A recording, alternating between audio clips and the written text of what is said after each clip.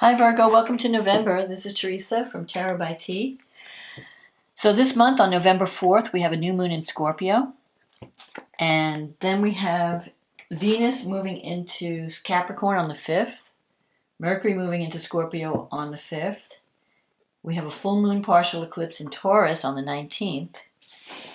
And Mercury moves into Sag at the end of the month on the 24th. So let's see what the cards say. We'll talk about the astrology later. What do the cards say for Virgo in terms of love and relationships? What does Virgo need to know about love and relationships for the month of November 2021? What is coming up for Virgo? What is coming up for Virgo for November 2021?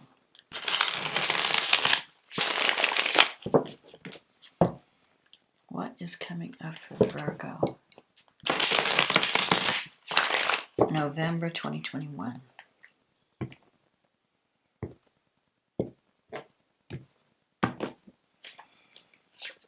The Ace of Pentacles. The Eight of Cups. The Hermit. No, the Three of Wands, I'm sorry. The Eight of Wands. The Devil. The Five of Pentacles. The Strength card. The Page of Wands. The Hierophant. The Two of Swords. And the card at the bottom of the deck is the Eight of Swords. Okay, this is interesting. So you have 3 eights in this reading. Eights are the numbers of power. I feel like you're going to be stepping into your power this month, but let's, there are some things going on here. So the Ace of Pentacles, that's a card of a new beginning that gives you tangible results. So in a relationship, I feel like you could be, it's possible that you walk away from something that was no longer serving you, and you're manifesting something that you really want this month. Something that brings you more passion, more security. I don't know, I feel like, but you have decisions to make. So, because the Eight of Cups here, crossing this energy. The Ace of Pentacles normally is a very positive card. It means wealth, it means money, it means creating something tangible. It's a new beginning in financial security. It's actually, it's manifestation. Because the other aces are more, they're not tangible, they're not physical. They're just ideas, or they're wishes, or hopes, or, action, plans. But the Ace of Pentacles is like, I'm making it happen. And so there's a new beginning coming. And it may involve you walking away from something, because the Eight of Cups here is about leaving something behind because you found something else that's more intriguing. Because it might have been something that was once good and it had its place in your life, and now it's no longer fulfilling.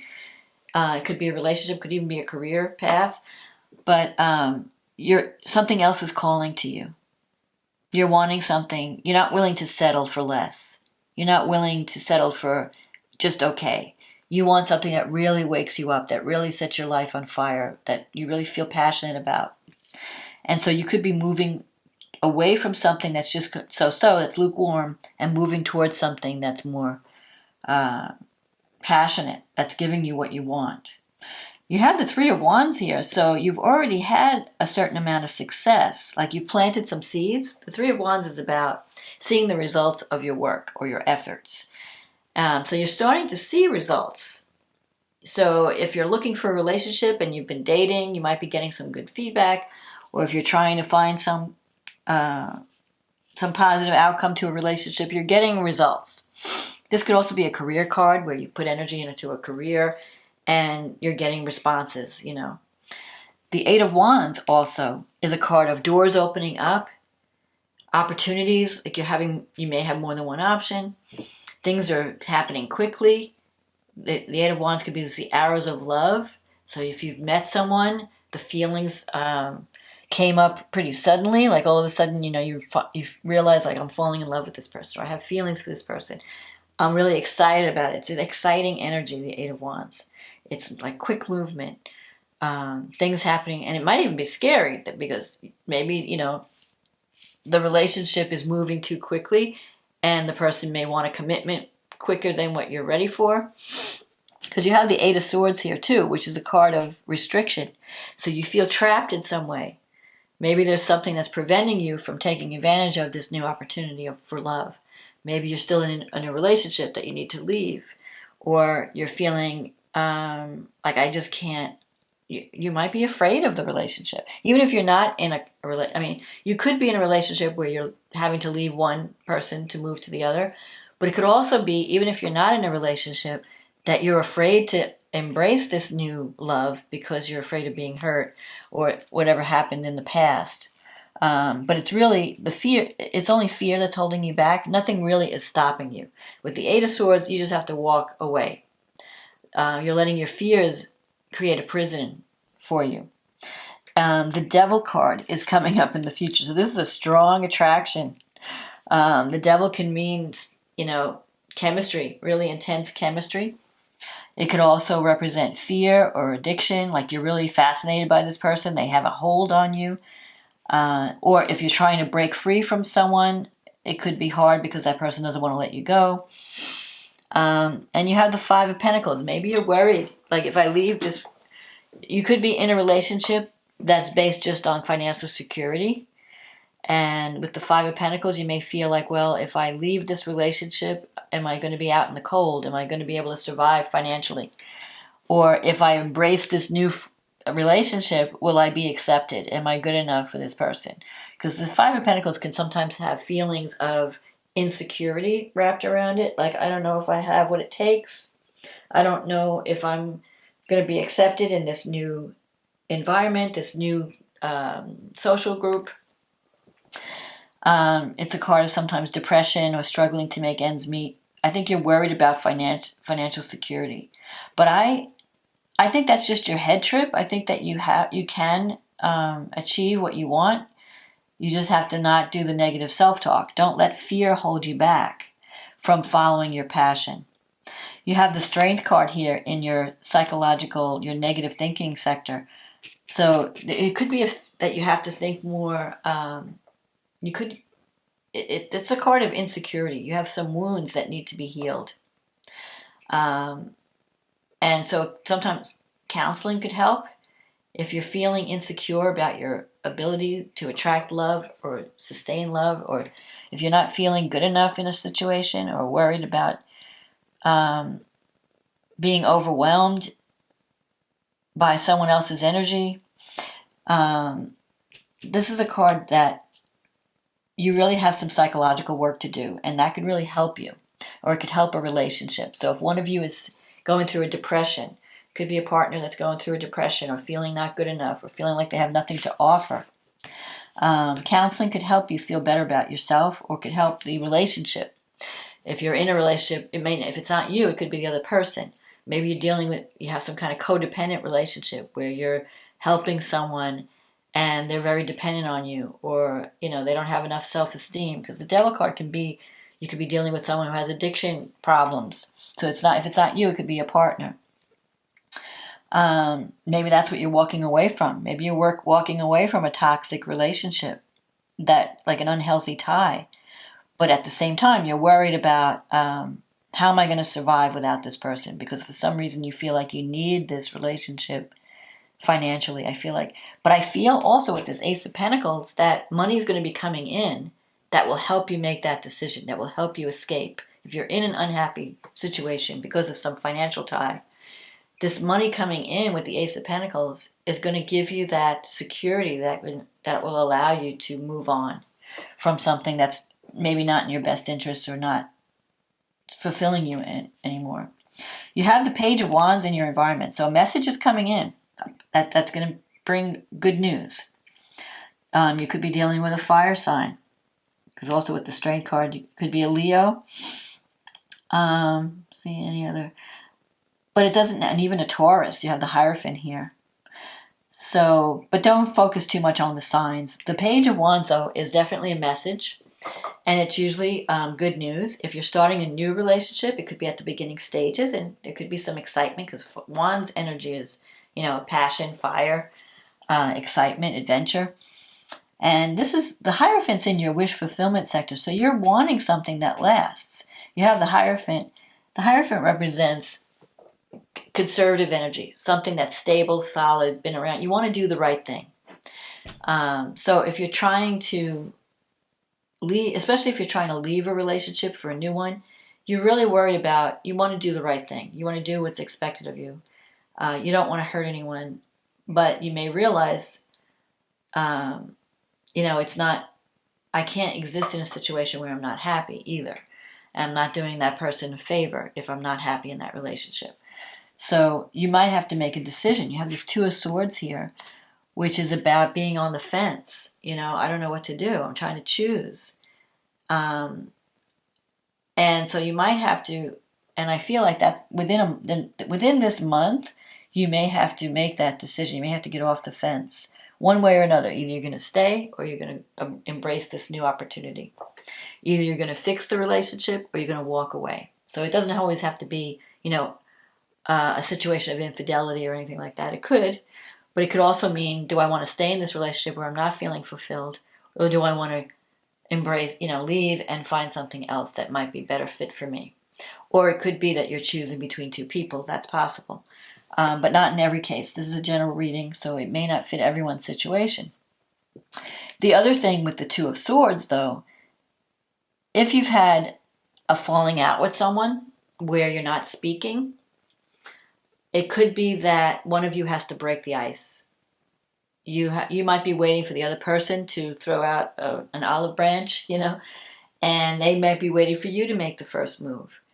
I feel, though, if you don't do anything, someone is going to reach out to you, because I'm seeing this Page of Wands. That's, message coming in. Someone's going to want to reconnect, and then you have to decide what to do. And it may involve, with the Two of Swords, you two coming together and not being afraid to be vulnerable, like laying your cards on the table and saying, look, this is how I feel, this is what I need, this is what I'm looking for in a relationship. What do you want? What do you expect of me? You really have to have that conversation. That will help you decide. But you don't have to exist in a relationship where you're not happy or where you feel like you're cut off from loved one. Like this Five of Pentacles, that's a card of feeling cut off from the people you care about, feeling like you're on the outside looking in. So if you may just feel like, I don't fit in with this group, or I don't fit in with this, I just feel isolated. I feel lonely. I feel depressed. I don't know if I can even pay my bills. I feel like I have no support in my life. You can have that, but you have to drop your guard. You have to reach out and ask and talk and communicate. Don't have too much pride, because sometimes the Hierophant can be stubborn energy, where, you expect people to just know what you need and provide it. You don't have to stay in a relationship where you're miserable, but you do have to communicate about what your needs are.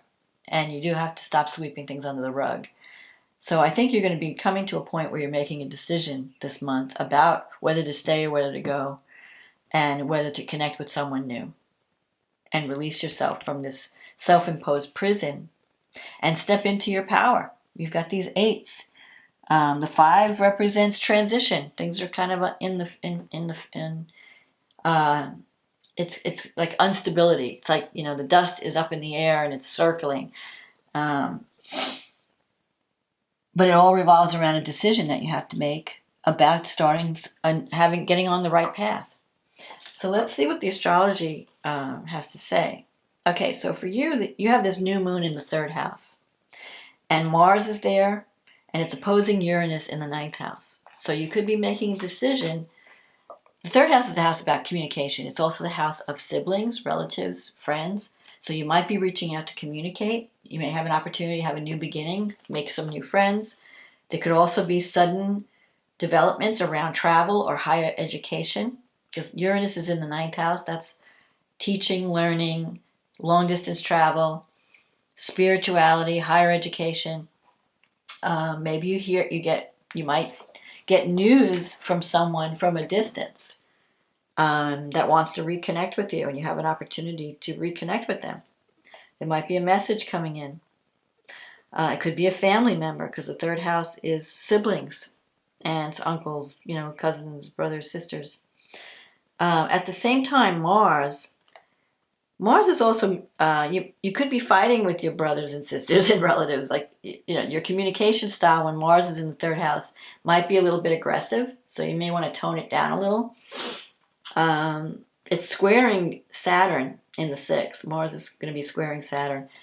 So there could be some conflicts around work, issues around work. You may feel like authority figures are being too restrictive, or you're just overwhelmed with work and it's stressing you out. Maybe you feel like authority figures are too harsh and you have to speak up. Now, Venus is in your 4th house, and Mercury is in your 2nd house. So I feel like money is going to be coming in.